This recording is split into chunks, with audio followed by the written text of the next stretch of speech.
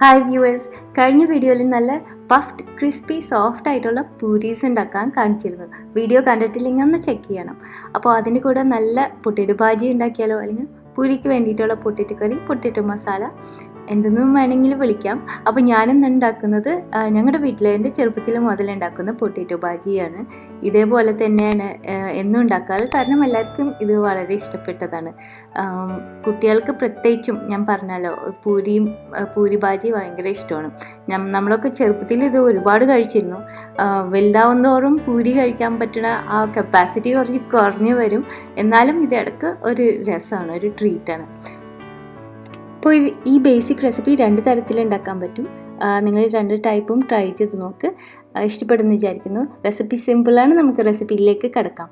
അപ്പോൾ ഇതിനു വേണ്ടി ഞാൻ എടുത്തിരിക്കുന്നത് ഒരു 3 മീഡിയം സൈസ് അല്ലെങ്കിൽ വലിയ ഉരുളക്കിഴങ്ങ്. അത് ചെറിയ 1 ഇഞ്ച് ക്യൂബ്സ് ആയിട്ട് ഇങ്ങനെ കട്ട് ചെയ്തിട്ടുണ്ട്. പിന്നെ സവാള വേണം, വെളുത്തുള്ളി വേണം, പച്ചമുളക്, വേപ്പില, ഇതൊക്കെ വേണം. അപ്പോൾ ആദ്യം നമുക്ക് പൊട്ടറ്റോസ് കുക്ക് ചെയ്യാനുള്ളത് നോക്കാം. അപ്പോൾ ഇതുപോലത്തെ ഇത്ര സൈസുള്ള ക്യൂബ്സ് ആയിട്ടാണ് കട്ട് ചെയ്തിരിക്കുന്നത് പൊട്ടറ്റോ.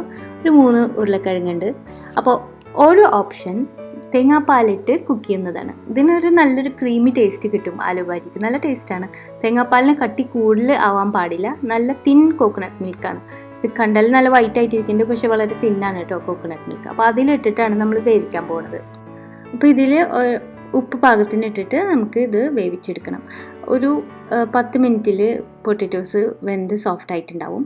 അപ്പോൾ തേങ്ങാപ്പാലും ഒഴിക്കാം, അല്ലെങ്കിൽ വെള്ളം ഒഴിക്കാം. അതാണ് 2 രീതി ഉണ്ടാക്കാൻ പറ്റുക. തേങ്ങാപ്പാലിന് പകരം വെള്ളം ഒഴിച്ചാലും നല്ല ആലു ഭാജിയാണ്. തേങ്ങാപ്പാൽ ഒഴിച്ചാൽ കുറച്ചും കൂടി ക്രീമി. പിന്നെ ഞാൻ പറഞ്ഞ പോലെ തേങ്ങാപ്പാലിൻ്റെ അളവ് കൂടരുത്. തേങ്ങാപ്പാലിൻ്റെ ടേസ്റ്റ് ഇങ്ങനെ പൊങ്ങി നിൽക്കാൻ പാടില്ല. ഒന്ന് ചെറുതായിട്ടൊന്ന് ക്രീമി ആക്കാൻ വേണ്ടി മാത്രമാണ്. അതുകൊണ്ടാണ് തിൻ കോക്കനട്ട് മിൽക്ക് യൂസ് ചെയ്യാൻ പറയുന്നത്. ഇപ്പോൾ തേങ്ങാപ്പാലും വെള്ളം കൂടി ചേർത്തിട്ടാണ് നമ്മൾ ഒഴിച്ചിരിക്കുന്നത്. 3 ഉരുളക്കിഴങ്ങിന് വേണ്ടിയിട്ട് ഒരു 1.5 കപ്പ് പാല്, അല്ലെങ്കിൽ പാലും വെള്ളവും മതിയാവും. അതിലേക്ക് ഉപ്പ് ചേർത്ത് അത് വേവിച്ചെടുക്കണം. പിന്നെ തേങ്ങാപ്പാൽ ഉപയോഗിക്കണമെങ്കിൽ മൂടി ഒന്ന് ചെറുതായി തെറ്റിച്ച് വെക്കണം, അല്ലെങ്കിൽ തിളച്ച് വരുമ്പോൾ തിളച്ച് പുറത്തേക്ക് പോകാൻ സാധ്യതയുണ്ട്. അപ്പോൾ അതും ശ്രദ്ധിക്കണം.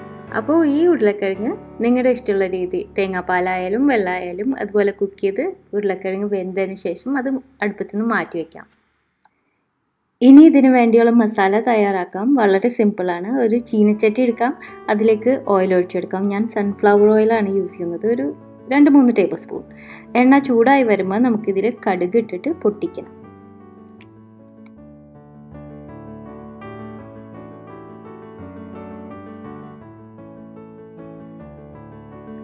കടുക് പൊട്ടിക്കഴിയുമ്പോൾ നമുക്കിതിലേക്ക് 2-3 ഉലുവയുടെ കുരു 2-3 എണ്ണം മതി. ഉലുവ കൂടി പോകരുത്, നല്ലൊരു ഫ്ലേവർ കിട്ടും, പക്ഷെ കൂടി പോകരുത്. അതിലേക്ക് ഒരു തണ്ട് കറിവേപ്പിലയും കൂടി ചേർക്കാം.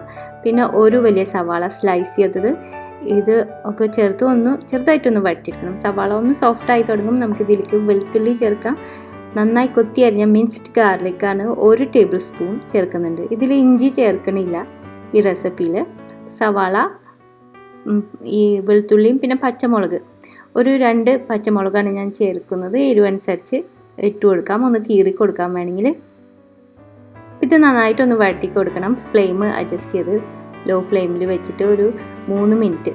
അപ്പോൾ ഈ ചൂടുള്ള ചട്ടി, പ്ലേറ്റ്, പോട്ട്സൊക്കെ ഇങ്ങനെ പൊക്കാൻ യൂസ് ചെയ്യുന്ന ഈ ഒരു യൂറ്റൻസിലല്ലേ, നിങ്ങളിതിന് എന്താ വിളിക്കണത്? മുമ്പ് എൻ്റെ കയ്യിൽ ഞാൻ എപ്പോഴും യൂസ് ചെയ്യാറ് ഇവിടെ ഉള്ളത് ഇതുപോലെ പോട്ട് ഗ്രിപ്പർ അല്ലെങ്കിൽ വോക്ക് ഗ്രിപ്പർ എന്ന് പറയും. ഇവിടെ ഞാൻ ഇതാണ് യൂസ് ചെയ്തിരുന്നത്. അപ്പോൾ ഉമ്മ ഇവിടെ വന്നിട്ട് ഇത് ഉപയോഗിച്ചപ്പോൾ ഉമ്മക്ക് അത് അത്ര സുഖമായില്ല. ഉമ്മ പറഞ്ഞ് ഞാൻ നാട്ടിൽ നിന്ന് ഒരു കുഡ്ലി കൊടുത്തയക്കാമെന്ന്. അപ്പോൾ ഇതാണ് ഉമ്മ കൊടുത്തയച്ച എനിക്ക് കുഡ്ലി. ഇതിന് കുറച്ചും കൂടി ലോങ് ഹാൻഡിലാണ്.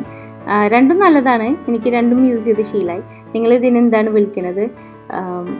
ഈ പോട്ട് ഗ്രിപ്പർ ഒരെണ്ണം കിച്ചണിൽ ഉണ്ടാവുന്നത് എപ്പോഴും നല്ലതാണ്, ഭയങ്കര യൂസ്ഫുള്ളാണ്. അപ്പോൾ ഒരു 3 മിനിറ്റൊക്കെ കഴിഞ്ഞപ്പോൾ നമ്മുടെ സവാള നന്നായി വഴറ്റി കിട്ടിയിട്ടുണ്ട്. നല്ലൊരു ഗോൾഡൻ കളറായിട്ടുണ്ട്.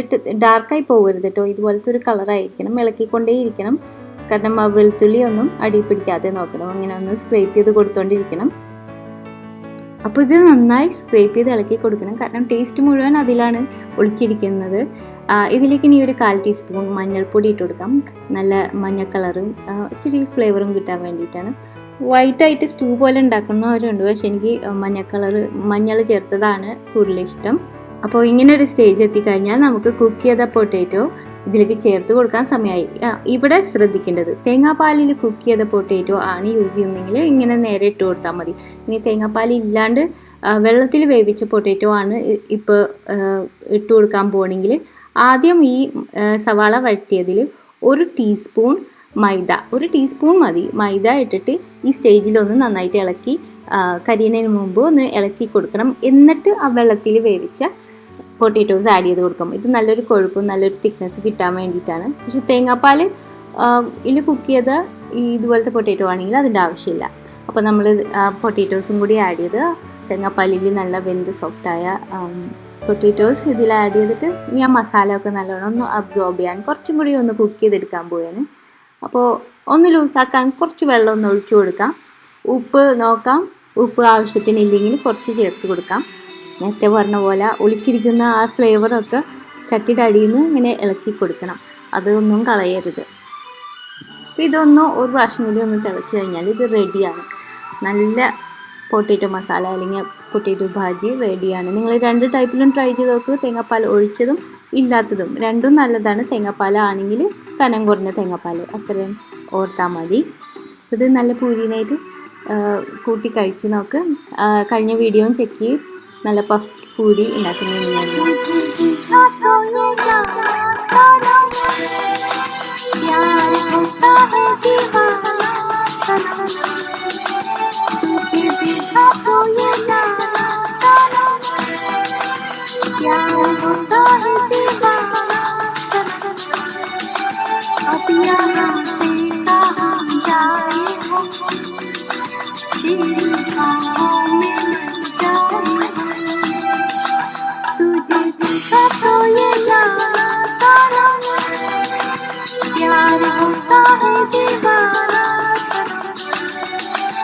अब यहाँ से कहाँ जाए